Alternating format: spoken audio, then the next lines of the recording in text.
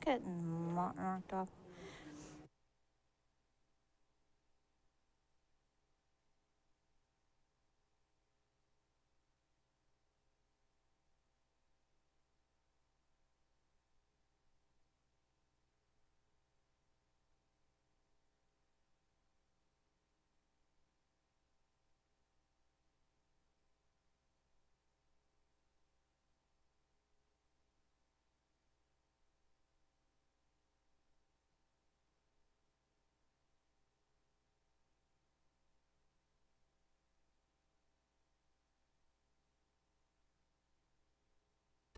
This is Southern New England's trusted news source, ABC6 News at Noon. And a good afternoon to you today, folks. Thanks for joining us for ABC6 News at Noon. I'm Casey Cant. Let's start with the forecast today on this first full day of spring and take a look outside today on this lunch hour with our SkyCam HD, and it certainly looks like spring. And Skylar, as the day goes on, I guess we'll feel like spring a bit too. Good afternoon. Oh, it's good afternoon. It is feeling like spring outside. It is gorgeous. The sun is shining down. It feels great. I was actually admiring the Block Island Tower cam just because the temperatures are starting to climb up today. Not as warm there as it is in Providence, 45 degrees in Block Island right now. And are we going to advance on over? Well, maybe not. I may have to. Oh, there we go. Good. Now it's working. This clicker is ready for spring. All right, 60 degrees today. Clouds do start to increase tomorrow. Then we do have those scattered showers that are going to be moving in Thursday, Friday, and Saturday. It's not going to be a huge downpour.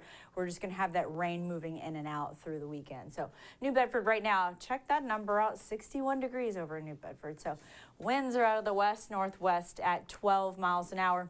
As you get closer to the coastline is cooler temperatures and a little heavier winds, but more inland, seeing some of those warmer temperatures. But man, I think New Bedford's going to win this one today. So we're looking at 52 degrees in Newport, 55 in Providence right now, and 57 in Plymouth. So let's take a look at the planner going through the afternoon. So most of us will see those 60-degree marks about 2-3 o'clock this afternoon. And then as we start to head into the evening, we'll have to have the jackets, and we'll need it for the overnight tonight. We're going to get down to about 36 degrees. Just to give you a quick look what's heading our way, we have the increasing clouds tomorrow, and then I'm going to have more details on the rain that's moving into our forecast here in just a moment. Boy, how about those temps today, Skylar? Thank you for that. New today at noon, Cumberland firefighters made quick work of a fire at a multi-family home this morning. This is on Mendon Road in town. A number of surrounding towns called in for mutual aid. There were no injuries reported. On arrival, firefighters found that people were still in some of the apartments, but were able to get everyone out. The American Red Cross was called because of the damage to the building. Now to ABC6 News follow-up. Providence firefighters putting out a brush fire near the ABC Supply Company this morning on Whitehall Street. Firefighters say it started in a homeless encampment. It was between the Amtrak tracks and the building. Nobody on scene was hurt. Crews arriving, though, and had to work quickly to put it out. Upon our arrival, we could see a large column of smoke and flames, so we were just trying to determine exactly where it was. There's a scrap metal business on the other side of the tracks, and there's a homeless encampment back here behind the ABC building. So we were able to finally locate it. It was the homeless encampment behind the ABC supply building here. So companies were able to get water on it and extinguish the fire. And the state fire marshal is now investigating that cause. Got us thinking about the still ever-present discussion around homelessness in Rhode Island, specifically the Cranston Street Armory, set to close next month, potentially leaving some people without shelter. Some neighbors think there should be a better way to provide quality shelter. ABC6's reporter Yanni Trigelis went to hear how things are going now. Our biggest complaint has been more about the management of it. On the first full day of springtime is starting to run out on the Cranston Street Armory, operating as a temporary warming shelter for homeless in Rhode Island. Open since December, the Armory has provided housing to about 50 homeless people a day throughout the winter, sometimes expanding its capacity on extremely cold nights or ahead of storms. But the Armory has also proven to be a burden to those living around it, says Timothy T. Meyer, with dozens of homeless people around the neighborhood. Human feces, vomit, needles. We walk our dogs, our kids go to classical, so they have to walk through that. Some of the guys harass the girl. I have 2 daughters, so they kind of harass them, and they'll call us to try to take the attention away from them, right? While inside the armory's walls, there's no drug or alcohol use allowed, but throughout the day, T. Meyer says many of the people staying there leave the armory and walk around the neighborhood. So what'll happen is they'll move into the neighborhood and into the yards, and they'll actually do drugs on front porches. We'll see people squatting on the neighbor's front porch sometimes, and, it just creates a lot of issues. With the armory set to stop operating as a warming center by the end of April, the question now lies ahead. What will happen to the dozens of people who have stayed there over the past few months? I want to see a more proactive stance. I mean, again, compassion is good, but you need a plan, right? You have a house, you have a budget. You can't just let everyone in and serve them. So I just want to see a more methodical approach to the way they're managing this. As Yanni Tregellis reporting, we did reach out to Amos House, which operates the armory, on what's next for these folks and if there will be other housing options made available. We have not received a response as of noontime. Trending now, we turn now to the latest on former President Trump and his claim that he'll be arrested today. There's no evidence that's going to that is saying that could happen, but it does appear the Manhattan DA will be wrapping up a criminal investigation into Trump involving alleged hush money payments to porn star Stormy Daniels. ABC's Rena Roy has the latest on that. Metal barriers going up around this New York City courthouse after former President Donald Trump called on his supporters to protest if he's indicted in the Manhattan DA's criminal investigation looking into hush money payments made to adult film actress Stormy Daniels ahead of the 2016 election. Trump releasing an insult-filled statement on social media about prosecutors and Daniels after earlier making an unverified claim that he would be arrested today in connection to the case. Attorney Bob Costello taking the stand in defense of Trump Monday, testifying before the grand jury. The only thing I'm doing is trying to tell the truth to the grand jurors. If they want to go after Donald Trump and they have solid evidence, so be it. But Michael Cohen is far from solid evidence. Michael Cohen, Trump's former fixer, also testifying last week about the $130,000 check he wrote to Daniels a month before the election, he says at Trump's direction. Later serving federal prison time in part for that payment. Experts say the payment may have violated campaign finance laws. Trump's legal team saying he paid Daniels to protect his family. They're going to say he didn't know that it was being registered as legal expenses. The prosecution, of course, will come forward and say we have evidence that Donald Trump knew exactly what this is about. Republicans, including one of Trump's potential 2024 rivals, said the potential indictment is purely political, blasting the Manhattan DA. They weaponize their office to impose a political agenda on society. Following Trump's calls for protest, intelligence bulletins obtained by ABC News warn of a significant increase in threats and general violent rhetoric and say some of Trump's most ardent supporters are still willing to fight on his behalf. This is just one of several investigations into former President Trump, including a federal investigation involving the potential mishandling of classified documents and obstruction of justice. Rena Roy, ABC News, New York. A little bit of entertainment news today. The Boss is adding another tour date at Gillette Stadium. Bruce Springsteen's reps say the second date of August 26th was added because of overwhelming demand. The tickets for this show go on sale at 10 a.m. this Friday. The original show date is August 24th. Patriots linebacker, the linebacker core certainly just getting a little thinner. Dante Hightower says he's retiring. Writing for the Players Tribune, Hightower says it's bittersweet and lauded the Patriots organization for its professionalism over the years. Hightower won 3 Super Bowls in New England. And still to come today on ABC6 News at noon, we're going to catch up with an environmental club at a local high school looking to offset its electricity use by planting hundreds of trees. We'll tell you how that all works. And it is Tuesday, which means we introduce you to our newest pet up for adoption at the RASPCA. Tara Lynn introduces us coming up.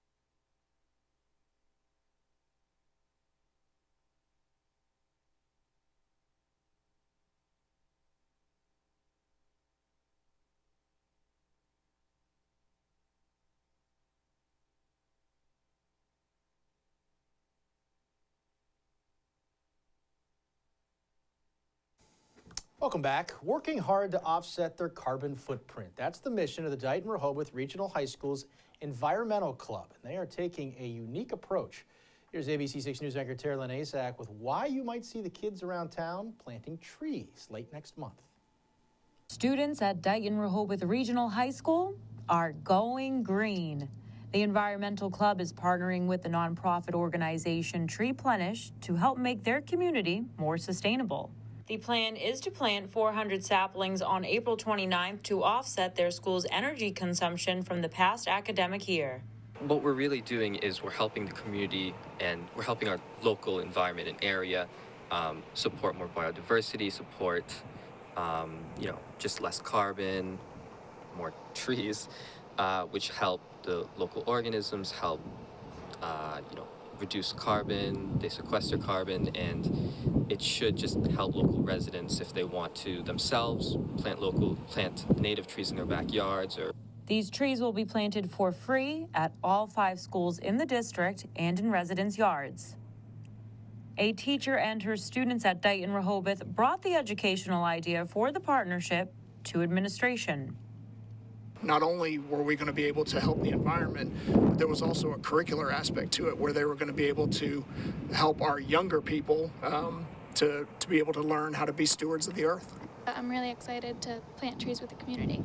Residents of the community are able to help support the event by ordering a tree for their yard. And where you can help out financially is with donations to offset the cost. The Environmental Club needs over $1,000 in donations and sponsorships for the project. The deadline to order trees is March 29th. I'm Terralyn Asak, ABC6 News. Really great stuff, Terralyn. Thank you for that. Much more still to come today at noon. And check back in with Skylar. She's got your full forecast on this first full day of spring. Stay with us.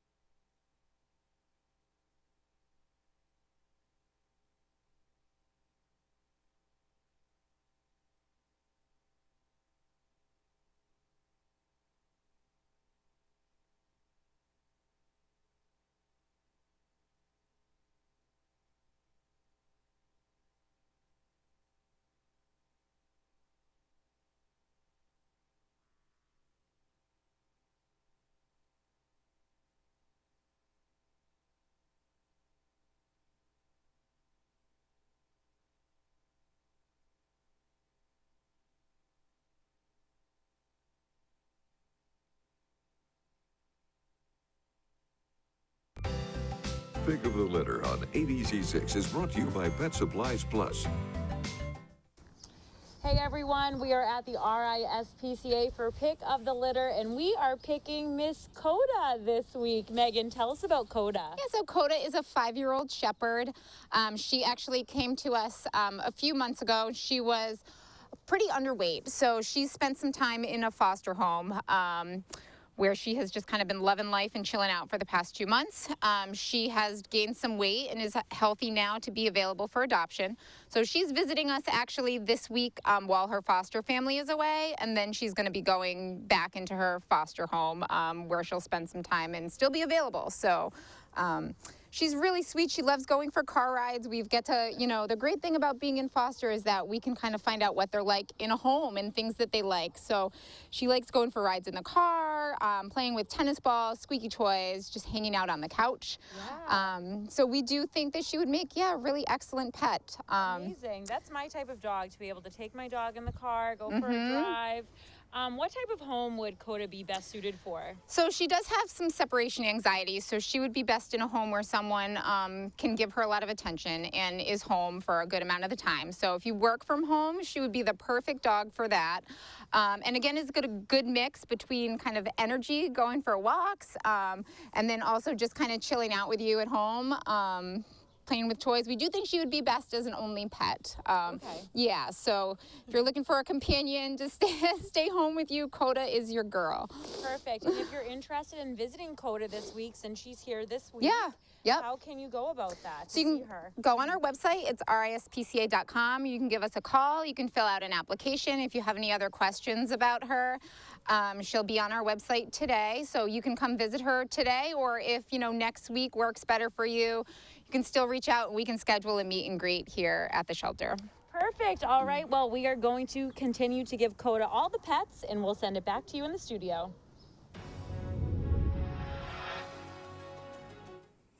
Well, you may have woken up today starting to sneeze, maybe a little sniffle. Could be the allergies on the rise. We've got those temperatures rising, and so are the juniper, elm, and maple. So we're sitting at about medium level for the allergies, but you know what? It's springtime, so it's gonna start rolling in. So go ahead and load up on your allergy meds. All right, satellite and radar over the last couple hours. Not really anything. We've had nice clear skies in play because of a high pressure system that's been sitting pretty much right over us, but that's going to be pushing off, and we're going to be having a lot of this moisture in the atmosphere moving in through us. So this is our water vapor that's just showing a lot of the extra water that we have in the atmosphere that's going to be moving in towards us. So mid-levels, we've got a lot going on. We have an atmospheric river that's going to be moving through with a jet stream. So that's going to be bringing a couple of rounds of rain to the area. So you can see here by Wednesday, and as we start to zoom in a little bit by Thursday, you see that rain starting to move in. It's not going to be a huge event, so we are looking at mostly scattered showers, intermittent throughout the day on Thursday and through Friday. So you can kind of see here, you'll have moments, so the day can still be salvaged as you get into the weekend. Saturday evening, we're going to have more rain moving in. Probably the heaviest part we'll see come in the evening hours, and we'll get you through that. We'll have some breaks on Sunday and another round coming in on Monday. Our almanac, so 49 degrees is the average. We are going to be topping out at around 60 degrees today, but our record was set in 1921 at 84 degrees. But right now, current conditions in Newport, 55 degrees with the winds out of the northwest at 5 miles an hour. So boating season is right around the corner. Let's look at temperatures around the area. So if you're along the Cape, a little bit cooler, a little bit breezier as well. Heading inland, we see those temperatures climbing up into the 60s, where New Bedford right now is coming in at 61 degrees. So tonight, we're going to get down to 36 degrees. Mostly clear skies. Got some clouds moving in. Winds will be out of the west, turning north, calm to about 10 miles an hour. And here is that 7-day forecast.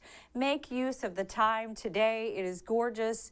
Maybe start gardening. We've got today and tomorrow, 56 tomorrow. Winds move in from the south, 5 to 10 miles an hour. And that brings those showers in on Thursday. Scattered showers for Thursday, Friday, and Saturday. Now, Saturday, not so bad. We start off good, and then we do increase in the evening hours. So those showers start rolling in a little bit heavier in the overnight hours, but we're probably only looking at about 1 inch to 1.5 inches total out of this entire system through Sunday. Sunday, we do bring in the winds. We do clear up. We get into the 50s, and then by Monday, that next round of rain moving into the area. What a beautiful day out there today, Skylar. Get out and enjoy it if you can. Thanks, Skylar. Appreciate it. Still to come today on ABC6 News at noon. Why the Dollar Tree is priced out on eggs. It's coming up next in our consumer news.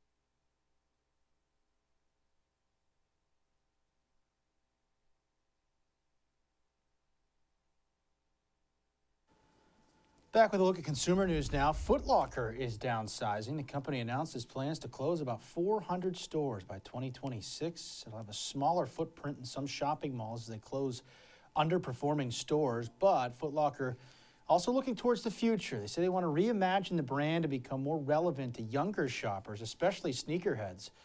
Foot Locker is marking its 50th anniversary next year. Amazon is laying off even more employees. The company's CEO says 9,000 jobs will be cut over the next few weeks. That's on top of the 18,000 jobs cut earlier this year. Employees in web services, people experience, technology solution, advertising, and Twitch will all be impacted. Like many tech companies that grew their workforces dramatically during the height of the pandemic, the e-commerce giant is now cutting way back. The cost of eggs has now reached a point that Dollar Tree can't afford to sell them anymore. The discount chain sells most products for $1.25 and used to sell a carton at that price point, but those days are long gone due to tight supply and high production costs. Many retailers have adjusted their price of eggs. Dollar Tree saying they can't do that anymore, although they also say they'll bring them back if and when the cost comes back down. Still to come today at noon, we will be getting one final check of that afternoon forecast coming up.